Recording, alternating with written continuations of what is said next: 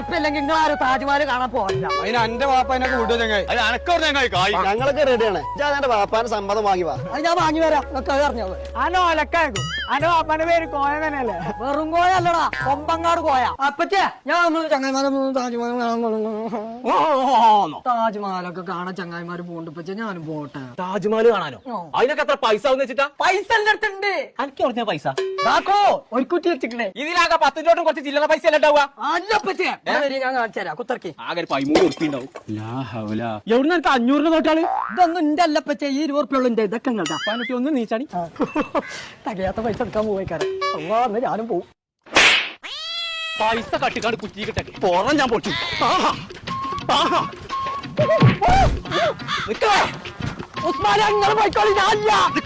എവിടങ്ങൾ എല്ലാരും കൂടി പോണ്ട്? ഞങ്ങൾ താജ്മഹൽ കാണാൻ പോയ 4000 ഉറുപ്പ ഉള്ളൂ.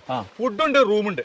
ഇവിടെ കൊണ്ടുപോയിട്ട് ഇവിടെ തന്നെ കൊണ്ടാക്കി തരും. അതിന് അവിടെയൊക്കെ പോയിക്കാണ്ട് തെണ്ടി തിരിഞ്ഞ് നടക്കുന്നുണ്ട്. സ്ഥലം അറിയണം, ഭാഷയൊക്കെ അറിയണം. ആ നിങ്ങൾക്ക് ആർക്കല്ലോ അത് ഞങ്ങളെ കൂടെ മലയാളി ഗൈഡുണ്ടേ. ആരപ്പ എത്ര കുറഞ്ഞ കായ്ക്ക് നിങ്ങളെ താജ്മഹലാട്ടം കൊണ്ടുവന്ന ആൾക്കാർ? അത് കോയക്ക മുക്കത്തുണ്ട് മലയാളി യാത്രാ സഹായിക്കുന്ന ടീം. ഓലാണ് ഞങ്ങൾ കൊണ്ടുപോകുന്നത്. അങ്ങനെയാണെങ്കിൽ ഒന്നും നോക്കണ്ട, കുഞ്ഞാപ്പൂനും കൂട്ടിക്കോളി. അതിന് വേണ്ടി വരും. ഞങ്ങളെ യാത്ര സംഘടിപ്പിച്ച് പരിചയമുള്ള ഒരു ടീമിനായിട്ട് എന്ന് ഞാൻ പരിചയപ്പെടുത്തുന്നത് അതാണ് നമ്മളെ മലയാളി യാത്രാ സഹായി. ആഗ്ര മാത്രമല്ല കേട്ടോ, കാശ്മീർ, മണാലി, പഞ്ചാബ്, ഹൈദരാബാദ് പാക്കേജ് ഇവർ ചെയ്യുന്നുണ്ട് കേട്ടോ. ഇവരെ മലയാളി യാത്രാ സഹായി എന്നുള്ള ഒരു ഇൻസ്റ്റാഗ്രാം അക്കൗണ്ട് കേട്ടോ. അതൊന്നും ഫോളോ ചെയ്താൽ നമ്പർ നമ്മൾ താഴെ കൊടുക്കുന്നുണ്ട്. വിളിച്ചിട്ട് വിട്ടോളി, വിശ്വസിച്ച് പോകാം.